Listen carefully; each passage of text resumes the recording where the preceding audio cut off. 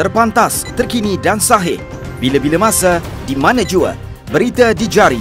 Subscribe YouTube Buletin TV3. Buletin 1.31 Mei bersama saya Pan Chin Fei. Tajuk utama tengah hari ini. Pekerja perlu amalkan prinsip tanggungjawab, amanah dan integriti untuk pacu kejayaan negara.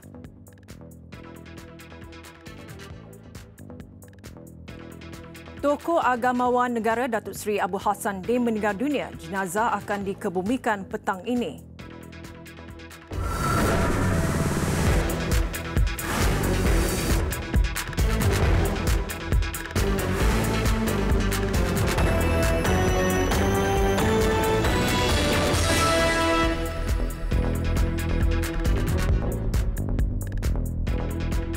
Salam sejahtera. Jenazah tokoh agamawan negara dan pendakwah terkenal Datuk Seri Abu Hassan Din akan dikebumikan petang ini. Anak lelakinya Muhammad Yusri Abu Hassan berkata Allahyarham meninggal dunia selepas terjatuh setelah selesai menunaikan solat subuh. Yusri yang juga anak sulung Allahyarham berkata arwah bapanya itu terjatuh dan tidak sedarkan diri selepas ingin memakai seluar untuk solat subuh. Pasukan perubatan yang datang dengan ambulans cuba melakukan bantuan pernafasan kecemasan CPR bermula dari rumah hingga dalam perjalanan ke hospital. Selepas hampir 1 jam melakukan CPR, arwah bapanya tidak memberikan sebarang maklum balas. Kira-kira jam 7.30 pagi, doktor mengesahkan Allahyarham meninggal dunia. Masa dalam tempoh selepas sejam tu, doktor pun dah bagi tahu kami kalau ikut sejarah, kalau kata nadi itu ada, dalam tempoh setengah jam kalau diorang buat CPR akan ada jumpa nadi. Tapi ini selama sejam nadi tak jumpa. So doktor pun dah bagi kata putus. Masa tu doktor kata memang arwah dah tak ada lah. So kami adik-adik pun redha, terimalah. Daripada orang kata nak teruskan melakukan orang kata seterusnya punya apa prosedur di hospital, kami ambil kata putus, kami tak nak. Kalau ikut doktor kata nak buat apa, bayar apa, kata buat postmortem ke apa, kami kata tak nak. Jadi kami stop di situ, jadi kami buat urusan untuk bawa balik lah. Selepas urusan di Hospital Kuala Lumpur, jenazah kemudian dibawa pulang ke rumah mereka di Kampung Batu Muda. Urusan pengebumian jenazah akan dilakukan selepas solat asar di Tanah Perkuburan Islam Taman Selasih. Difahamkan arwah dalam keadaan sihat ketika menyampaikan ceramah bertajuk Andainya Ini Ramadan Terakhir di sebuah surau di Seremban malam tadi. Allahyarham adalah adik kepada bekas Mushido Ampas Datuk Harun Din yang meninggal dunia di Amerika Syarikat pada September 2016. Arwah dilahirkan di Perlis dan mendapat pendidikan awal di Sekolah Inggeris Dharma Arau sebelum ke Sekolah Agama Alawiah dan melanjutkan pelajaran di Mesir. Allahyarham mulai bertugas di Pusat Islam pada tahun 1976 selepas berkhidmat di Masjid Negara pada tahun berikutnya sehingga memangku jawatan Imam Besar. Arwah kemudian menjadi penasihat agama kepada beberapa yang di-Pertuan Agong termasuk almarhum Sultan Salahuddin Abdul Aziz Shah Al-Haj, Tuanku Said Sirajuddin Ibni almarhum Tuanku Said Putra Jamalulal dan Sultan Mizan Zainal Abidin.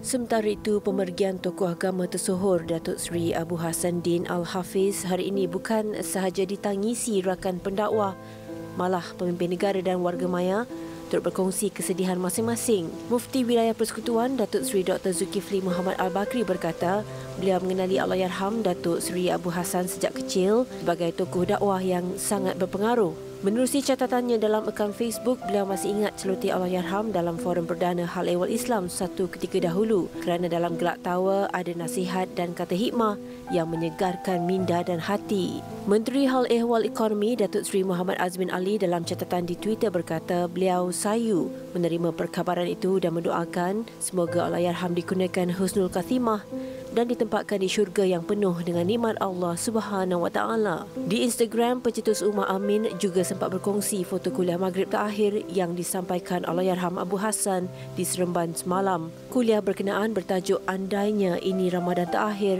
berlangsung di Surau An-Nur, Bandar Seremban Selatan.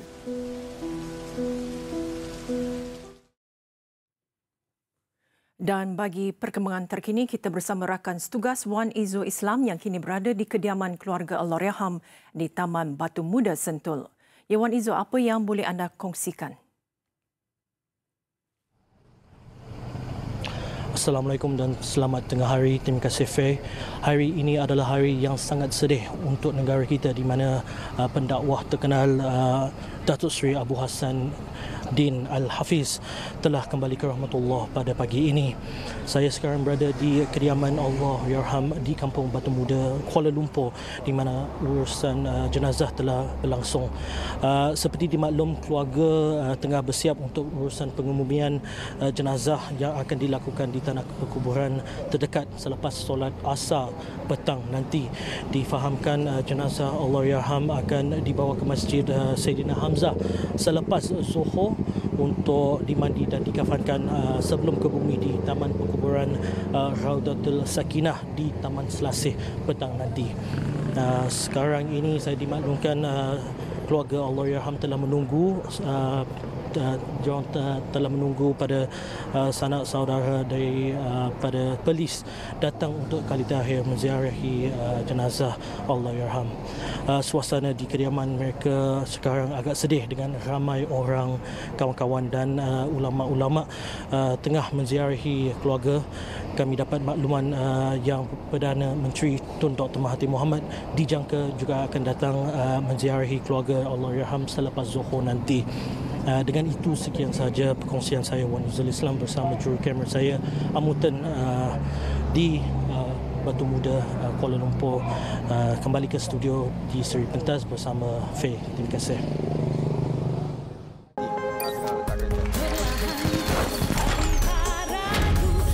Up 32 megapiksel, kamera depan terangkat. Vivo.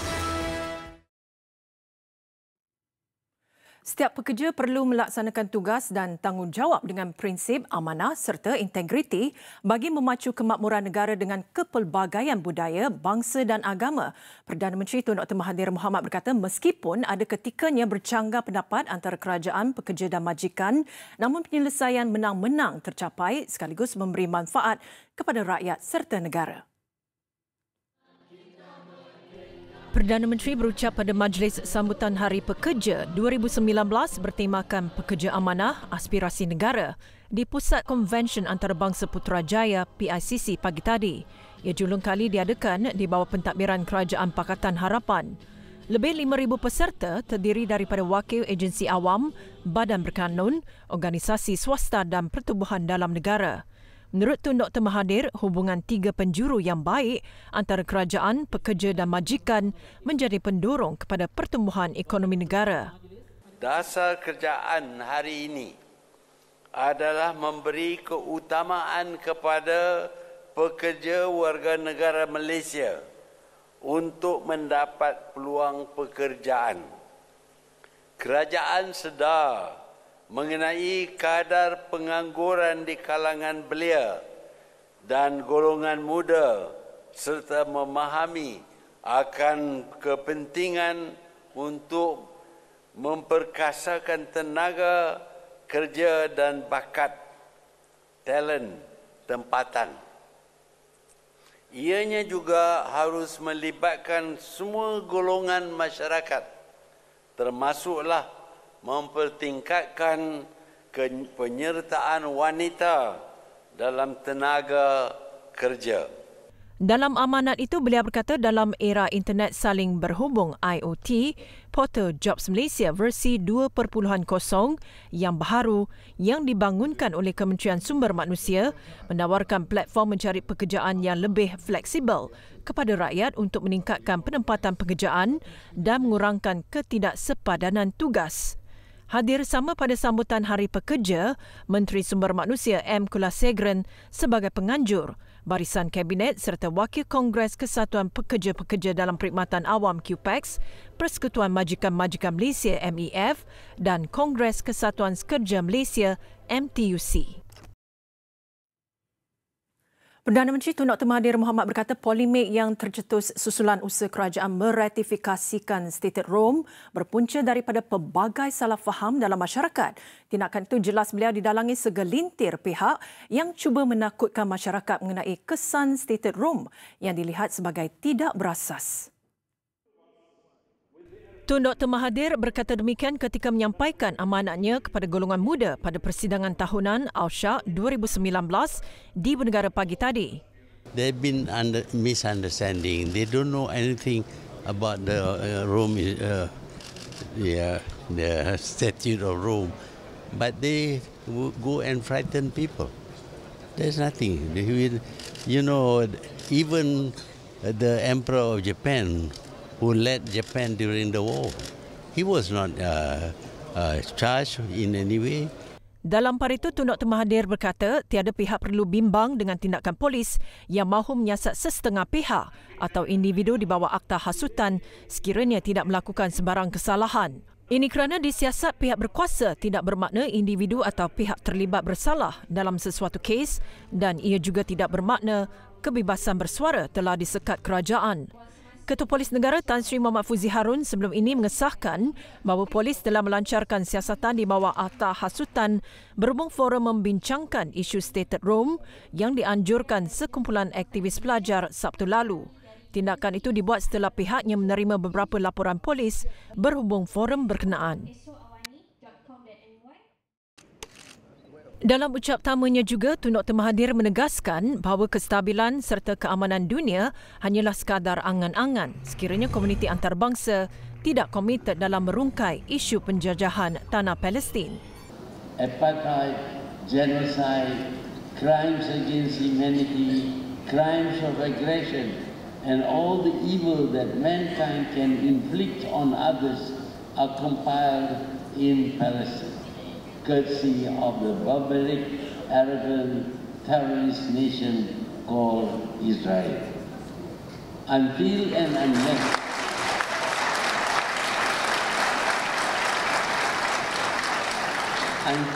unless the international community is committed to find a solution to bring an end to the occupation of the land belonging to the Palestinians, the region and the rest of the world will not have much of a chance for stability and order.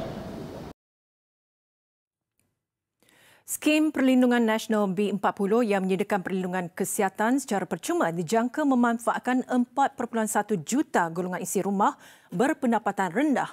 Menyahut seruan kerajaan itu, Zurich Takaful Malaysia turut tampil menawarkan tambahan kepada perlindungan insurans serendah 60 sen kepada yang layak. Mendapat kerjasama Pasaraya Maidin, Zurich akan membuka kaunter di 60 cawangan Maidin di seluruh negara. Maidin melalui pengarah urusannya Datuk Dr. Amir Ali Maidin memecuai perjanjian 10 tahun bersama Zurich dalam memberi kemudahan kepada orang ramai untuk mendapatkan pelan takaful berkenaan. Kaunter yang akan dibuka 6 Mei ini akan memudahkan orang ramai mendapatkan maklumat berkaitan tawaran produk takaful Zurich yang patuh syariah. Kerajaan sebelum ini mengumumkan dana permulaan sebanyak RM2 bilion bagi menyediakan perlindungan kesihatan secara percuma kepada penerima yang layak untuk 36 jenis penyakit kritikal.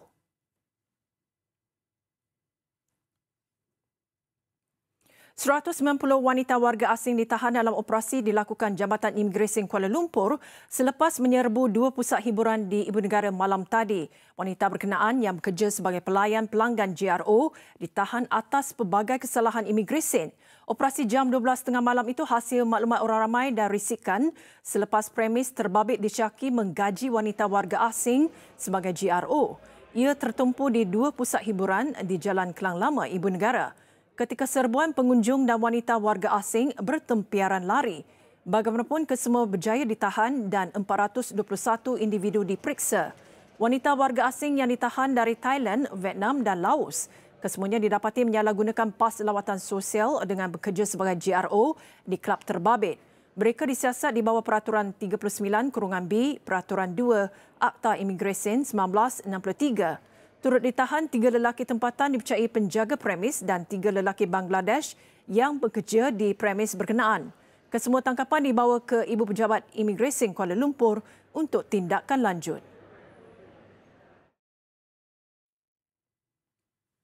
Dua kilang diberi notis pemberhentian selepas didapati menjalankan perniagaan tanpa lesen yang hasil serbuan Majlis Perbandaran Kelang MPK ke atas 4 kilang di Taman Perindustrian Sobena Jaya, Pandamaran Kelang, Selangor semalam.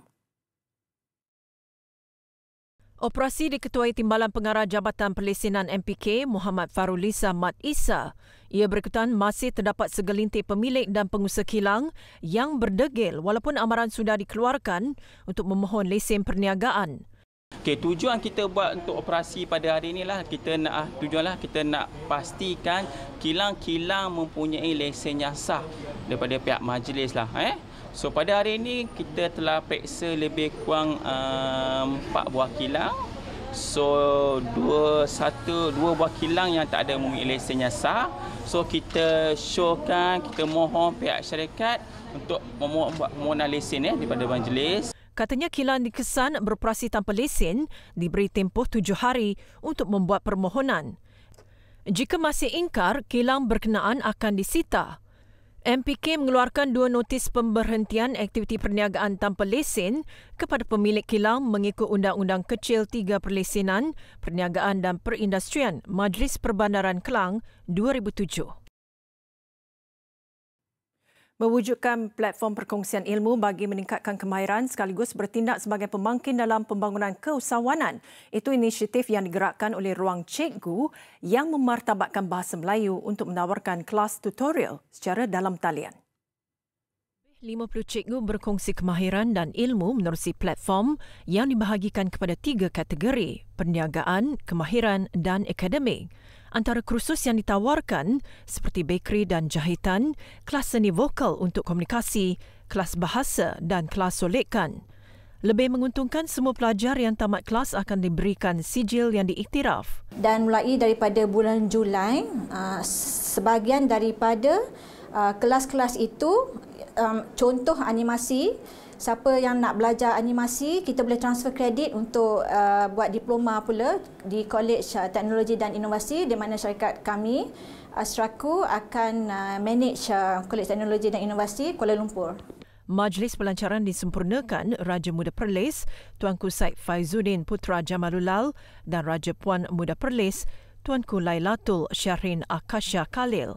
Sasaran utama kita untuk kami untuk Ruang Cikgu adalah terdiri daripada 2 kategori. Satu adalah pelajar-pelajar remaja yang ingin tahu more skills, macam mana nak tangkap gambar, upload on Instagram, and bahasa, dari segi bahasa kami ada guru bahasa Mandarin, bahasa Tamil, bahasa Melayu dan bahasa Inggeris.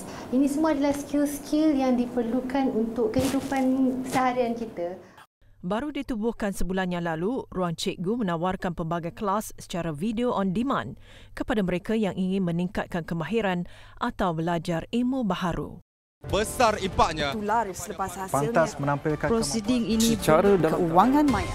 Berita di jari. Subscribe YouTube Bulletin TV3. Baiklah kita ke laporan luar negara. Seorang suspek dalam insiden tembakan yang menyebabkan sekurang-kurangnya 2 maut di kampus Universiti North Carolina, Amerika Syarikat berjaya ditangkap. Mutiara rasmi penangkapan itu masih belum didedahkan, namun suspek dipercayai merupakan pelajar universiti terbabit. Menurut laporan media tempatan, tembakan terjadi di kampus Charlotte. Ketua Polis kampus itu berkata pihaknya menerima panggilan lewat petang Selasa yang melaporkan mengenai individu bersenjata dengan pistol yang menembak beberapa pelajar. Difahamkan 2 mangsa terkorban masing-masing pelajar universiti berusia 17 serta 18 tahun. Manakala 4 lagi dilaporkan cedera parah. Setakat ini penutupan kampus masih diteruskan sementara anggota polis memeriksa seluruh bangunan. Terdahulu pentadbiran universiti itu telah mengarahkan pelajar untuk meninggalkan kampus dan berada di lokasi selamat. Maharaja Baharu Jepun Maharaja Naruhito dimasyurkan sebagai Maharaja Jepun ke-126 hari ini. Naruhito yang berusia 59 tahun itu akan memimpin Jepun ke era Reiwa yang baru bermaksud keamanan dan keharmonian. Meskipun Naruhito secara rasmi menjadi Maharaja pada tengah malam tadi, sejurus selepas ayandanya Maharaja Emeritus Akihito melepaskan gelaran terbabit, Majlis Naik Takhta hanya bermula pada pagi ini dengan upacara ringkas di Istana Imperial Tokyo. Naruhito menerima alat kebesaran diraja seperti pingat dan pedang yang pernah menjadi milik ayandanya. Selain pegawai kerajaan, hanya kerabat lelaki dewasa yang dibenarkan hadir ke upacara tersebut. Sejurus selepas upacara ringkas itu, Maharani Masako tiba di istana untuk menyertai Naruhito bagi memberikan amanat pertamanya. Naruhito juga akan membuat penampilan umum pada hari Sabtu apabila baginda akan berucap kepada rakyat Jepun. Presiden Venezuela Nicolas Maduro mengisytiharkan kemenangan ke atas cubaan rampasan kuasa oleh parti pembangkang di negara itu. Maduro turut mengucapkan tahniah kepada anggota tentera kerana berjaya menewaskan usaha pemimpin pembangkang Juan Guaido menentang presiden itu. Guaido bagaimanapun mendakwa telah mendapat sokongan pihak tentera yang meruncingkan lagi kemelut politik negara itu. Dalam pada itu, sekurang-kurangnya 71 orang dilaporkan cedera dalam pertempuran sengit di antara pasukan polis dan kumpulan anti kerajaan di Caracas, Venezuela. Pertempuran tercetus susulan seruan pemimpin pembangkang Juan Guaido agar rakyat bangkit menentang kerajaan pimpinan Maduro yang didakwa telah mengubah perlembagaan negara itu bagi membolehkan beliau terus berkuasa. Penunjuk perasaan dilihat membaling batu terhadap anggota polis dan tentera. Polis kemudiannya bertindak balas dengan menembak gas pemedih mata dan peluru getah. Besar impaknya. Tular selepas hasilnya. Pantas menampilkan prosiding ini secara dalam keuangan maya. Berita di jari. Subscribe YouTube Bulletin TV3. Baiklah, kita ke perkembangan sukan. 3 perlawanan suku akhir pertama Piala FA berlangsung semalam, menyaksikan Kedah muncul satu-satunya pasukan yang menghampiri saingan separuh akhir selepas mencatat kemenangan selesa 3-1 ke atas PKNS FC. 2 lagi perlawanan, Kuala Lumpur menentang Felda United berkesudahan seri 3-3, sementara PKNP FC menentang Perak berakhir seri tanpa jaringan. Kelab Bola Sepak Perbadanan Kemajuan Negeri Selangor (PKNS FC) melayan kunjungan Kedah di Stadium Shah Alam malam tadi. Pelawat tidak mengambil masa untuk berada di depan, membuka tirai jaringan seawal minit ke-12 menerusi Fernando Rodriguez yang menyudahkan hantaran Farhan Roslan. Momentum Kedah terus meningkat apabila dihadiahkan sepakan penalti selepas Jonathan Bowman dikasari Rodney Selvan. Dan kesempatan itu tenang disudahkan Bowman sekaligus mendahului kedudukan semasa 2-0 pada minit ke-24. Malang berganda menimpa PKNS di bawah bimbingan Datuk K. Raja Gopal apabila pasukannya dipaksa beraksi 10 pemain. Pengadir perlawanan Zam Zaidi Katimin tidak teragak-agak untuk melayangkan kad merah kepada Tamirlan Kozbayev selepas melakukan terjahan berbahaya ke atas Farhan pada minit ke-29. Seminit sebelum berakhir babak pertama, gawang PKNS bocor lagi juga menerusi Bowman yang meledak gol kedua peribadinya untuk meletakkan Kedah selesa mendahului 3-0. Tuan rumah enggan mengalah, berjaya merapatkan jurang gol hasil sentuhan Gabriel Guara yang menyudahkan hantaran Romeo Morales pada minit ke-64. Beberapa siri percubaan berjaya dihasilkan kedua-dua pasukan, namun kedudukan 1-3 memihak Kedah itu kekal sehingga tamat permainan. Aksi kedua di Stadium Darul Aman dijadualkan berlangsung 10 Mei depan. Sementara itu di Stadium Bola Sepak Kuala Lumpur Ceras, 6 gol terhasil pada aksi suku akhir pertama Piala FA di antara Kuala Lumpur menentang Felda United. Tuan rumah ketinggalan pada minit ke-22 apabila percubaan Christy Jayaselan yang terkena tiang berjaya dimanfaatkan Abdul Azim Rahim untuk gol pertama Felda United. Tersentak, skuad The City Boys kembali memperkemas jentera serangan dan hasilnya pemain berpengalaman Indra Putra Mahayudin cemerlang menyamakan kedudukan 1-1 minit ke-40. Kekal 1-1 tamat separuh masa, baki 45 minit lebih rancak apabila kedua-dua pasukan saling berbalas jaringan. Bermula dari gerakan di sebelah kanan padang, Indra yang bijak menghidu peluang dalam kawasan bahaya Felda United berjaya menanduk masuk bola dengan gol kedua Kuala Lumpur pada minit ke-53. Namun penyerang Abdul Azim sekali lagi tampil selaku penjaring apabila menyamakan kedudukan 2-2 pada minit ke-60. Sedar Felda United masih lagi goyah ketika bertahan, pemain tengah Paula Dosu berjaya meledak gol ketiga Kuala Lumpur pada minit ke-71. Tetapi pemain import Felda United, Josine Shot, hanya memerlukan 3 minit kemudian untuk mengimbangi semula permainan. Tiada lagi gol menyusul selepas itu menyaksikan pertembungan Kuala Lumpur menentang Felda United berakhir seri 3-3 dan kedua-dua pasukan akan bertemu semula pada aksi suku akhir kedua Piala FA di Stadium Tun Abdul Razak jengka 11 Mei nanti. Baiklah, kebijakan ikan paus di lautan Antartik ini menutup tirai Buletin 1.30. Itu saya Pan Chin Fei. Selamat Hari Buruh. Salam hormat.